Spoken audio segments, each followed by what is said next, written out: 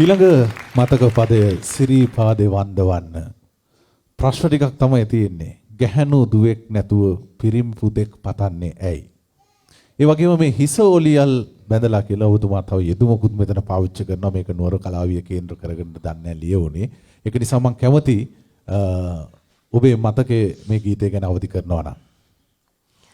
කැමුණු බොහොම ස්තුතියි. මේ මම එක්තරා අමාත්‍යාංශයක වැඩ කරන කාලේ කොළඹ වරක් මම මුණ ගැහෙන්න එනවා ගායක ගායිකා යෝලක් ජනප්‍රිය ප්‍රකට. ඔවුන්ගේ නම් වුණ අවශ්‍ය නැහැ. ඒගොල්ලන්ට ළමයි හිටියේ නැහැ. ඒ නිසා ඒගොල්ලන්ගේ ඉල්ලීම වෙන්නේ දරුවන් වෙනුවෙන් ඔවුන්ගේ තියෙන අපේක්ෂාව ගැන ගීතයක් ලියා දෙන්නේ කියලා.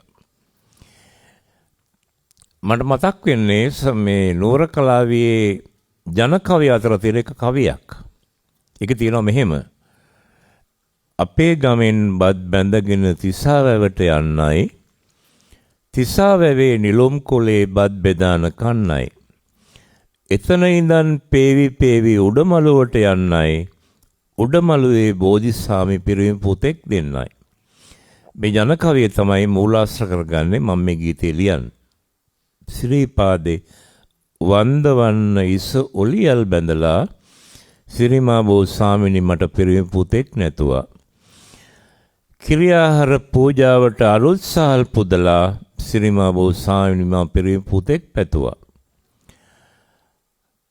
දැන් මුළු රටෙන් දැන් මෙතන මේ ජනතාව විශ්වාස කළා අර කවියේ හැටියට ශ්‍රී මහ බෝධියේ උඩමළුවට අරක්ගත්ත කළු බණ්ඩාර දේවතා හාමුදුරුවන්ට පුළුවන් කියලා දරු සම්පත් ලබා දෙන්න. ඒ විශ්වාසය තමයි කොයි තියෙන්නේ. මේ ඒ අනුව ලියන මේ ගීතයේ තියෙන්නේ ශ්‍රීපාදේ වන්දවන්න ඉස්ස ඔලියල් බැඳලා. ඔලියල් බැඳනවා කියන්නේ ගැමුණු ඇහුව විදිහට මේ කන් දෙක වැහෙන දැන් ඕගොල්ලෝ හොඟ දෙනෙක් ඔලියල් බැඳලා ඉන්නේ මෙතන ඉන්න හොඟ දෙනෙක් කන් දෙක වෙන දාගෙන ඉන්නේ. හීතල දැනෙන්නේ නැති වෙන්නේ. ශ්‍රීපාද යනකොට යත් දෙකේම අවශ්‍යයි. රෙද්දක් වැහෙනවා කෝඩුරට විශේෂයෙන් බඳිනවා. කන් දෙක වැහෙන්න ඔලියල් බඳිනවා කියලා එකට කියන්නේ. සිරිමා බෝසාමිනි මට පිරිමි පුතෙක් නැතුවා.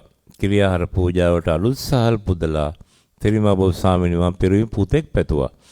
දැන් මේ පිරිමි පුතෙක් කියන යෙදුම ගැටලුවක් කරගන්න එපා. මේ සමාවෙන්න මේ මයික්‍රොෆෝනේට අර ලෙඩක් තියෙන දුජබංගය කියලා. දුජබංගය කියන්නේ කොඩිය කඩා වැටෙනවා. ඒකට සිංහල බෙහෙත් නම් තියෙනවා. මම දන්නේ ඉංග්‍රීසි බෙහෙත් තියෙනවද කියලා. මේ ඒ අසනීපේ තියෙනවා මේකට. ඒක පහත් ටික.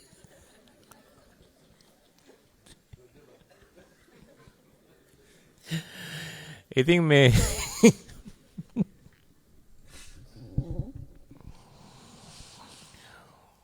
පිරිමි පුතෙක් කියන යෙදුම ගැටලුවක් කරගන්න එපා. ඔයගොල්ලෝ හයි ගෑනු පුතුත් ඉන්නවද කියලා එහෙනම්. සමහරට ඇති. මම දන්නේ ඒක. නෑ පුත්තාවත්තු මනුස්සානම් කියනකොට පුත්‍රලාභයක් කියනකොට අපි කියන්නේ නෑ ගෑනුද පිරිමිද කියන එක. පුත්‍රලාභයක් කියවම ගෑනු දරුවෙක් පිරිමි දරුවෙක් ඔක්කොම එකතුයි. පුත්තාවත්තු මනුස්සානම් කියනවත් එහෙමයි. ඒ නිසා පිරිමි දරුවන් විශේෂ කරන විශේෂ දකුණු පළාතේ අම්මලා පාවිච්චි කරන යෙදුමක් පිරිමි පුතෙක් කියලා. ඒ යෙදුම තමයි මම මේ යොදාගන්නේ. මොන වගේ පුතෙක්ද? ඇතෙක් වගේ තනි මංසල බයක් නැතුව යන්නයි. කොල්ලෙක් වුණොත් ගල් පාරවල් කන්න නැතුව පාරේ බහැලා යන්න පුළුවන් වෙන්න ඕනේ. කොතක් වගේ සතර දිගට පෙරෙන්න බැබලෙන්නයි. කොතක් හරි ප්‍රකටයි. මුදුන් වෙලා තියෙන්නේ. එහෙම වෙන්න ඕනේ. අන්න ඒ වගේ පුතෙක්. හැබැයි කොච්චර හොඳ පුතෙක් වුණත් වැඩක් නැහැ. ගෑනු අපට සංසාරයේ බර හැල්ලු වෙන්නයි.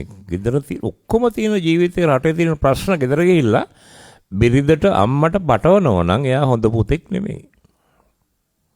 හොඳ පුතෙක් නෙමෙයි එයා. ඒගොල්ලන්ගේ බර පොඩ්ඩක් හරි අඩු කරන්න ඕනේ.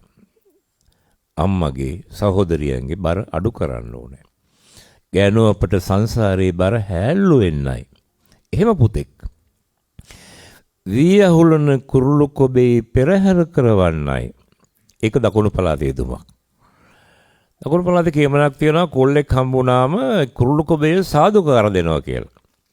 ඒකට කාන්තාවන් හිත නරක කරගන්න එපා. කෙල්ලෙක් හම්බුනත් සාදුකාර දෙනවා. හැබැයි කොල්ලෝ තමයි වැඩි සාදුකාර දෙන්නේ. කොහොමද ඒ කොල්ලෙක් හමුණාම වැඩියෙන් සාදුකාර දෙන්නේ කුරුළු කොබෙය මේකයි හේතුව වැඩිපුර හේන් කුඹුරු අස්සද්දලා කුරුල්ලන්ට වැඩියෙන් කෑම හම්බෙනවා. ඒකයි සාදුකාර දෙන්නේ. වියහලෝන කුරුළු කොබේ පෙරහැර කරවන්නයි ශ්‍රීමා බෝසාමිනි මට පිරිමි පුතෙක් දෙන්නයි. මේ ගීතය විශාරද කපුගේ සංගීතවත් කළා නිරංජලා සරෝජිනී ගායනා කළා.